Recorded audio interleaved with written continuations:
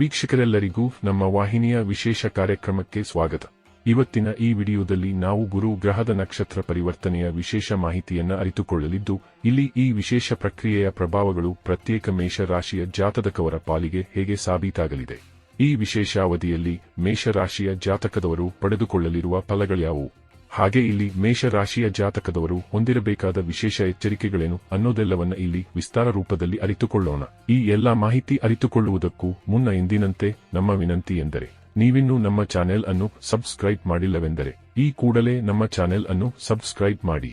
ಜೊತೆಗೆ ನಮ್ಮೆಲ್ಲ ವಿಡಿಯೋಗಳ ನಿರಂತರ ಅಪ್ಡೇಟ್ಸ್ಗಳಿಗಾಗಿ ತಪ್ಪದೇ ಪಕ್ಕದಲ್ಲಿರುವ ಬೆಲ್ ಐಕಾನ್ ಬಟನ್ ಕೂಡ ಕ್ಲಿಕ್ ಮಾಡಿ. ವೀಕ್ಷಕರೇ, ವೈದಿಕ ಜ್ಯೋತಿಷ್ಯದಲ್ಲಿ ಗುರುದೇವನ ರಾಶಿ ಪರಿವರ್ತನೆಗೆ ಎಷ್ಟು ಪ್ರಾಮುಖ್ಯತೆ ನೀಡಲಾಗುತ್ತದೆಯೋ ಅಷ್ಟೇ ಪ್ರಾಮುಖ್ಯತೆ ಗುರುದೇವನ ನಕ್ಷತ್ರ ಪರಿವರ್ತನೆಗೂ ನೀಡಲಾಗುತ್ತದೆ.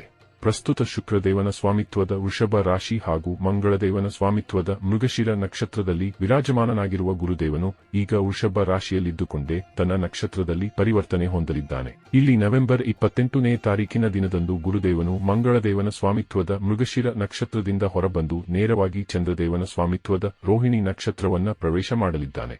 ನವೆಂಬರ್ 28ನೇ ತಾರೀಕಿನ ದಿನದಂದು ಮಧ್ಯಾಹ್ನದ 1:10 ನಕ್ಷತ್ರ ಮಂಡಳದ ಚತುರ್ಥ ನಕ್ಷತ್ರವಾಗಿರುವ ರೋಹಿಣಿ ನಕ್ಷತ್ರಕ್ಕೆ ಪ್ರವೇಶ ಮಾಡುವುದರ ಮೂಲಕ ವರ್ಷ 2025 ಮೇ ತಿಂಗಳಿನ 10ನೇ ತಾರೀಕಿನವರೆಗೂ ಗುರುದೇವನು ಇಲ್ಲಿಯೇ ಸ್ಥಿತನಾಗಿರಲಿದ್ದಾನೆ. ಹಾಗಾದರೆ ಬನ್ನಿ, ಇಲ್ಲಿ ನಾವೀಗ ಗುರುದೇವನ ನಕ್ಷತ್ರ ಪರಿವರ್ತನೆ ಪ್ರಭಾವಗಳು ವಿಶೇಷ ರೂಪದಲ್ಲಿ ಮೇಷರಾಶಿಯ ಜಾತಕದವರ ಪಾಲಿಗೆ ಹೇಗೆ ಸಾಬೀತಾಗಲಿವೆ ಅನ್ನೋದನ್ನ ಈಗ ವಿಸ್ತಾರ ರೂಪದಲ್ಲಿ ಅರಿತುಕೊಳ್ಳೋಣ.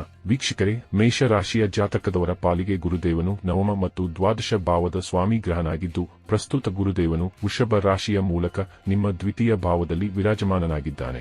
ಅಂದರೆ ಇಲ್ಲಿ ನಿಮ್ಮ ದ್ವಿತೀಯ ಭಾವದಲ್ಲಿದ್ದುಕೊಂಡೇ ತನ್ನ ನಕ್ಷತ್ರದಲ್ಲಿ ಪರಿವರ್ತನೆ ಹೊಂದಲಿದ್ದಾನೆ. ಹೀಗಾಗಿ ಇಲ್ಲಿ ಗುರುದೇವನ ನಕ್ಷತ್ರ ಪರಿವರ್ತನೆ ಪ್ರಭಾವಗಳು ಇಲ್ಲಿ ನಿಮ್ಮ ಆರ್ಥಿಕ ಸ್ಥಿತಿಯ ಮೇಲೆ ಅತ್ಯಧಿಕವಾಗಿ ಕಂಡುಬರಲಿದೆ. ಇಲ್ಲಿ ನೀವು ಜವಾಬ್ದಾರಿಯುತವಾಗಿ ನಡೆದುಕೊಳ್ಳುವಿರಾದರೆ ಖಂಡಿತ ಧನ ಧಾನ್ಯದಿಂದ ಸಂಪನ್ನರಾಗಬಹುದಾಗಿದೆ.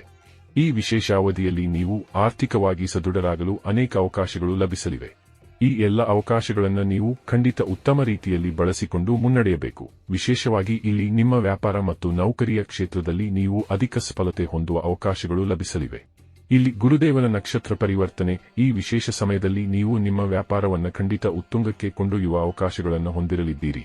ಜೊತೆಗೆ ಈ ಅವಧಿಯಲ್ಲಿ ನಿಮ್ಮ ನೌಕರಿಯಲ್ಲಿಯೂ ವಿಶೇಷ ಉನ್ನತಿಯನ್ನ ನೀವು ಹೊಂದಬಹುದಾಗಿದೆ. ಇಲ್ಲಿ ರೋಹಿಣಿ ನಕ್ಷತ್ರದಲ್ಲಿ ಗೋಚರಿಸುವ ಮೂಲಕ ಗುರುದೇವನು ನಿಮ್ಮ ಮೇಲೆ ಅಮೃತ ದೃಷ್ಟಿಯನ್ನ ಬೀರಲಿದ್ದಾನೆ. ಹೀಗಾಗಿ ಇಲ್ಲಿ ನಿಮ್ಮ ಧನ ಭಾವದ ಮೇಲೆ ಖಂಡಿತ ಹಣದ ವರ್ಷಧಾರೆ ಉಂಟಾಗಬಹುದಾಗಿದೆ. ಇಲ್ಲಿ ಗುರುದೇವನು ನಿಮಗೆ ಹೊಸ ಯೋಜನೆಗಳನ್ನು ನಿಮಗೆ ಕರುಣಿಸಲಿದ್ದಾನೆ. ಈ ಯೋಜನೆಗಳೇ ಭವಿಷ್ಯದಲ್ಲಿ ನಿಮಗೆ ಭರಪೂರ ಧನಲಾಭವನ್ನ ಕರುಣಿಸಲಿವೆ. ಇಲ್ಲಿ ನೌಕರಿ ಮಾಡುವ ಜಾತಕವರ ಪಾಲಿಗೂ ವಿಶೇಷ ಕಾರ್ಯ ಯೋಜನೆಗಳು ಲಭಿಸಲಿವೆ. ಇಲ್ಲಿ ನೀವು ಕೂಡ ಹೆಚ್ಚು ಸಕಾರಾತ್ಮಕ ಫಲಗಳನ್ನು ಹೊಂದಬಹುದಾಗಿದ್ದು, ಇಲ್ಲಿ ನಿಮ್ಮ ಕಾರ್ಯವೈಖರಿ ನಿಮ್ಮನ್ನ ಪ್ರಗತಿಯತ್ತ ಕೊಂಡೊಯ್ಯಲಿದೆ. ಇಲ್ಲಿ ನೀವು ನಿಮ್ಮ ಜವಾಬ್ದಾರಿಗಳನ್ನು ಅತ್ಯುತ್ತಮ ರೀತಿಯಲ್ಲಿ ನಿಭಾಯಿಸುವುದರ ಮೂಲಕ ಎಲ್ಲರ ಪ್ರಶಂಸೆಗೂ ಪಾತ್ರರಾಗಬಹುದಾಗಿದೆ. ಇದರ ಜೊತೆಗೆ ಇಲ್ಲಿ ಗುರುದೇವನು ಸಾಮಾಜಿಕ ರೂಪದಲ್ಲಿಯೂ ನಿಮಗೆ ವಿಶೇಷ ಫಲಗಳನ್ನು ಪ್ರದಾನ ಮಾಡಲಿದ್ದಾನೆ. ಈ ಅವಧಿಯಲ್ಲಿ ನಿಮಗೆ ಸಮಾಜದಲ್ಲಿ ಮಾನಸಮ್ಮಾನದ ಪ್ರಾಪ್ತಿ ಉಂಟಾಗಬಹುದಾಗಿದೆ. ಇತರರು ನಿಮ್ಮ ಪರ ನಿಲ್ಲಲಿದ್ದಾರೆ. ನಿಮ್ಮ ಅಭಿಪ್ರಾಯಗಳಿಗೂ ಇಲ್ಲಿ ವಿಶೇಷ ಮನ್ನಣೆ ಲಭಿಸಲಿದೆ. ಹೀಗಾಗಿ ಇಲ್ಲಿ ಸಹಾಯವಾಗಿಯೇ ನಿಮ್ಮ ವರ್ಚಸ್ಸು ಕೂಡ ವೃದ್ಧಿಗೊಳ್ಳಲಿದೆ.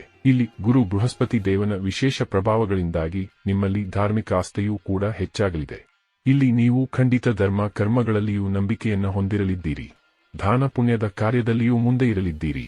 ಈ ಮೂಲಕ ಇಲ್ಲಿ ನೀವು ಮಾನಸಿಕ ನೆಮ್ಮದಿಯನ್ನು ಹೊಂದುವಂತೆ ಕಂಡುಬರಲಿದ್ದೀರಿ.